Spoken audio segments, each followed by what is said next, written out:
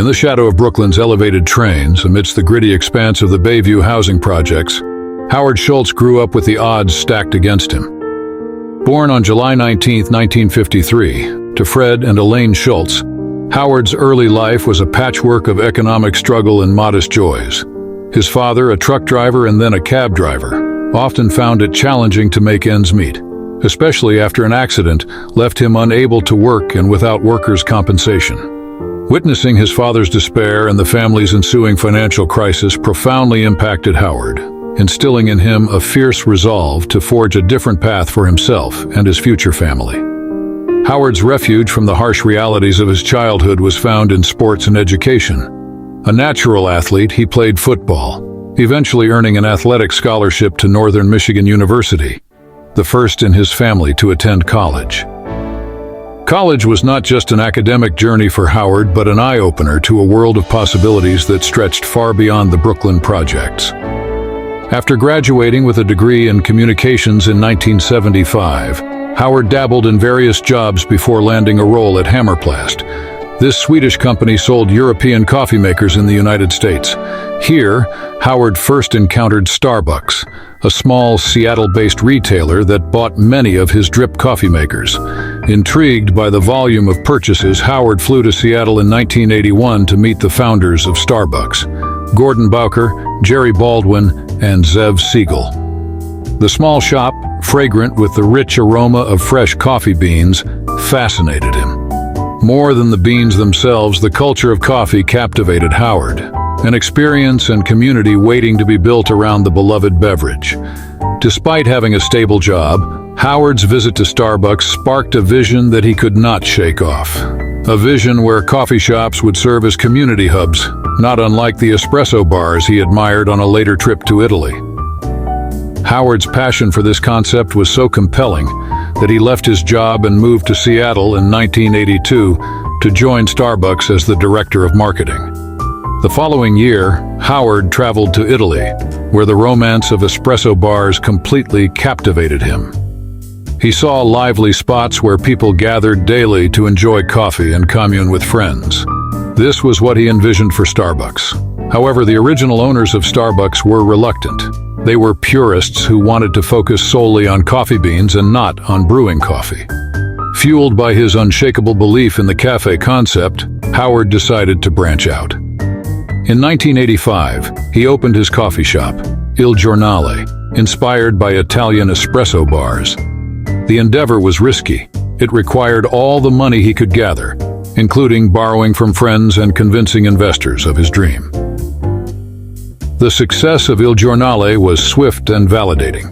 In 1987, when the original Starbucks founders decided to sell their retail unit, Howard was ready. But there was a problem. An investor had gone around Schultz and tried to buy it. Schultz referred to him as a titan in Seattle.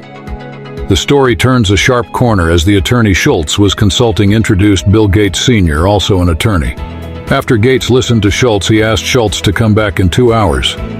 As they were walking into a room to talk to the investors, Schultz said, "My heart was in my mouth." Then, Bill Gates Sr. said to the investors, "You should be ashamed of yourself. This is not going to go down. You are going to stand down. And this kid is going to realize his dream." In August 1987, Howard Schultz purchased Starbucks for $3.8 million, with help from local investors and a very tall and sympathetic lawyer.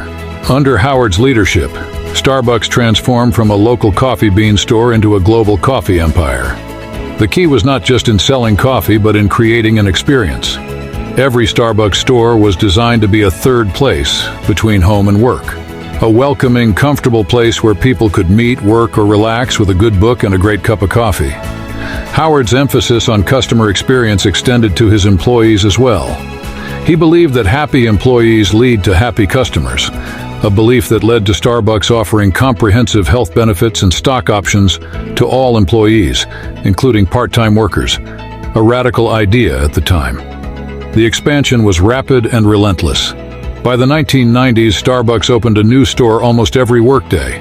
The brand became synonymous with coffee worldwide, setting the standard for what a coffee house should be.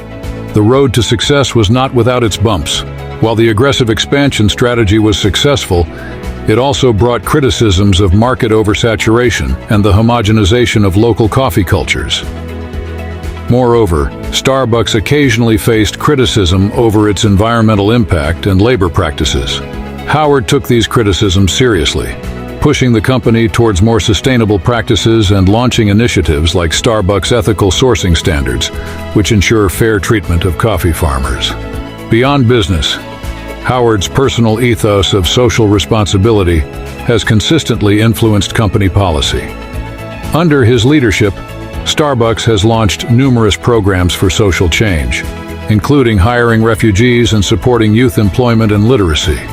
Howard Schultz stepped down as CEO of Starbucks in 2017, leaving behind a legacy of more than 30,000 stores in 77 countries.